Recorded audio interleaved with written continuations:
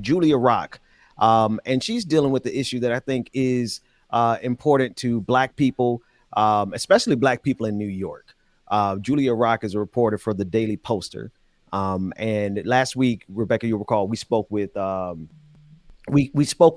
Brisport, and he was talking about the Medicare, the single payer system that they're trying to get in New York. Julia, thank you so much for joining us. Your recent Good reporting morning, Julia. Good morning, Julia. at the Daily Poster, you're telling us about a backroom deal to kill single payer. But this is not a backroom deal being committed by Republicans. This is a backroom deal being put together by some Democrats to block this legislation that will help people get insurance, because we need some insurance out here. Yeah, thanks so much for having me. So this was, as you had said, a bill to pass single payer in New York State. And it's a bill that's passed the state assembly, I think, 5 times over the past decade.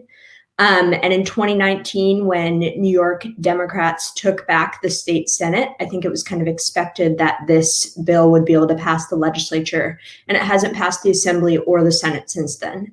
And now Democrats have supermajorities in the state Senate and the state Assembly. And when the legislative session ended last Thursday, the bill had not passed either. Additionally, the bill had co-sponsorship from enough people to pass both the Assembly and the Senate.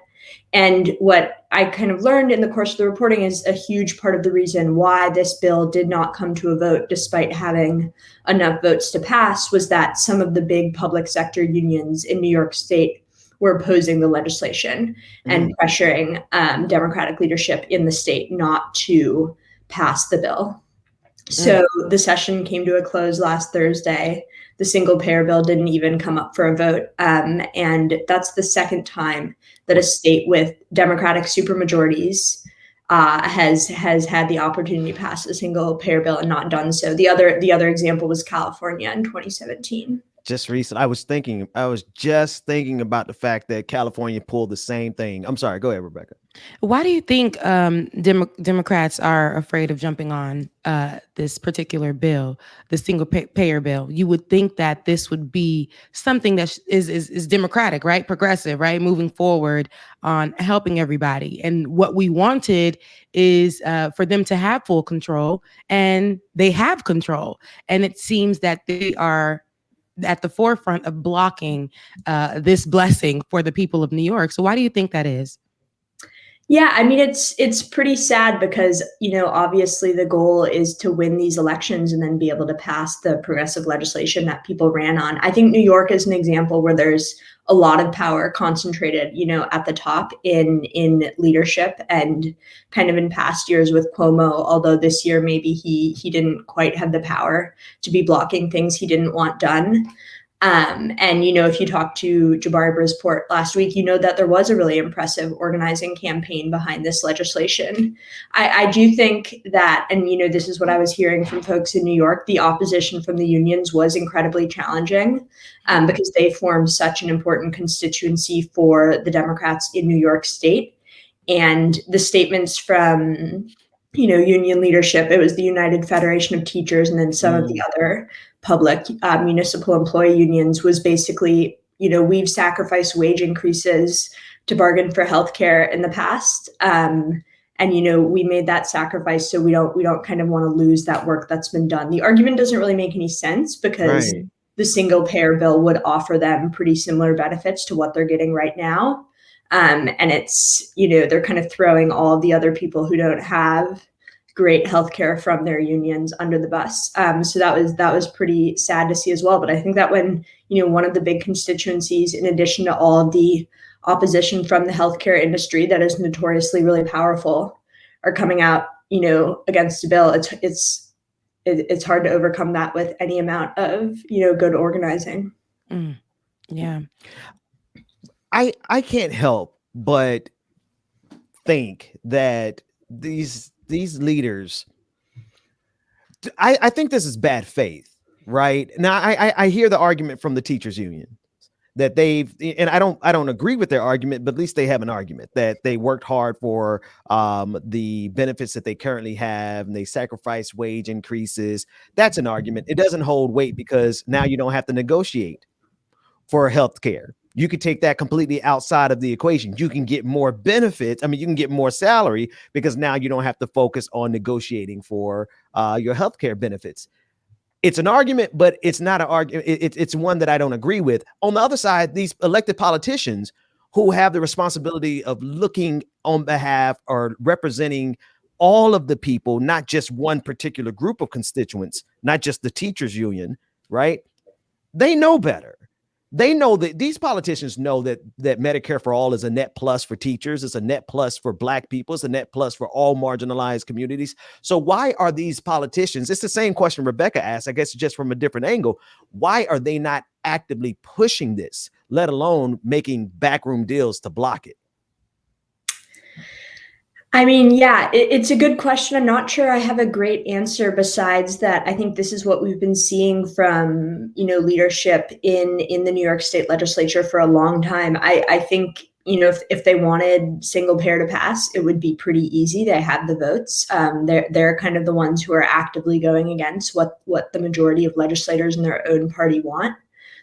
So I think it's some combination of one, this is legislation they actually don't want to pass. They're not true progressives, and I'm not sure would even really claim to be. And then I think also aren't kind of courageous enough to stand up to an industry that is really powerful, the health insurance industry, do something that's really going to piss them off and maybe set a precedent, for single payer legislation to pass in other states. Do you think that this specifically will affect people of a certain race when it comes to this this particular legislation, especially in New York, where is it a thing where majority of the minorities there can't have access to healthcare, and this might affect them even worse than the others? Yeah, it's a good question. I don't know the exact statistics on it, but I think there are kind of two factors at play here. The first is that, one massive impact of the pandemic was that the unemployment rates between Black people and other people of color and the white employment rates, there were massive disparities between those, and a lot of people get their healthcare from their employers. So there was kind of a disproportionate impact of people losing their healthcare in those racial disparities in the unemployment rates. And then I think the other factor, and this is something the organizers working on the New York Health Act talked about a lot, is that there just are massive disparities in who is insured in New York and who isn't. And again, those fall along racial lines. White people are more likely to have health insurance than Black people and Latino people and other people of color. Rebecca, we talk about this all the time. We talk about your experiences with the healthcare industry, my experiences with the healthcare industry, or whatever, however we want to describe them. We talk about the fact that there is a disproportionate, a disparate rather, treatment between Black people in the healthcare systems. And then if we look at COVID-19, we see essential workers who may or may not have had coverage during the pandemic. We see there's a number of people who died because they did not have coverage during the pandemic. That number of people, they were disproportionately Black. And then just all the way down the line, we see this happening across the country, disproportionately affecting Black people. Julia, one of the things I would like to know from you, and Rebecca, actually your insight on this as well, is how do we change this narrative of, because there's a big financial push against us getting single payer healthcare system, getting something like Medicare for all. We're talking about a multi-billion-dollar industry that is fighting against us. How do we break through on that narrative? Because a lot of times when we talk about Medicare for all, automatically people think, oh, Bernie bros. But truth is Black folks need this too, Rebecca and Julia, from your perspective, like, how do we change that narrative?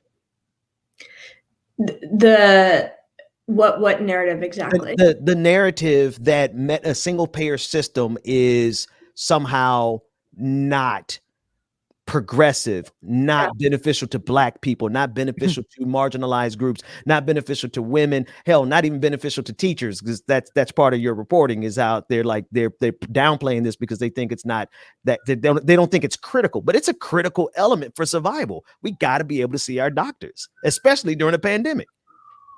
Yeah, no, and I think COVID did really kind of lay that bare in a lot of the disparities we were seeing both in infections and in deaths between white folks and other racial groups. I think that kind of as you pointed out earlier in this call, it's important to realize that the people opposing this legislation are just acting in bad faith and Yeah. kind of not take what they're saying at face value. I honestly think even the statements from the unions, I'm not really sure if they believe that Mm, there's some calculus to be made about having negotiated for past benefits and kind of therefore this would not be good for them. I think a lot of the arguments, yeah, against single payer are in bad faith. And, despite the fact that this bill didn't get a vote, there was a pretty impressive organizing push behind it kind of in the final days before the legislative session ended.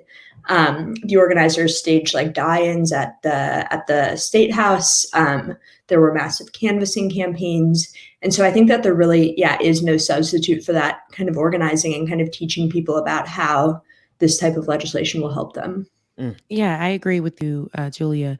I mean, mobilizing around and getting people to understand exactly what this bill or what this legislation entails, and keeping them up on how it could benefit them, and just for them to continue to help push it as well.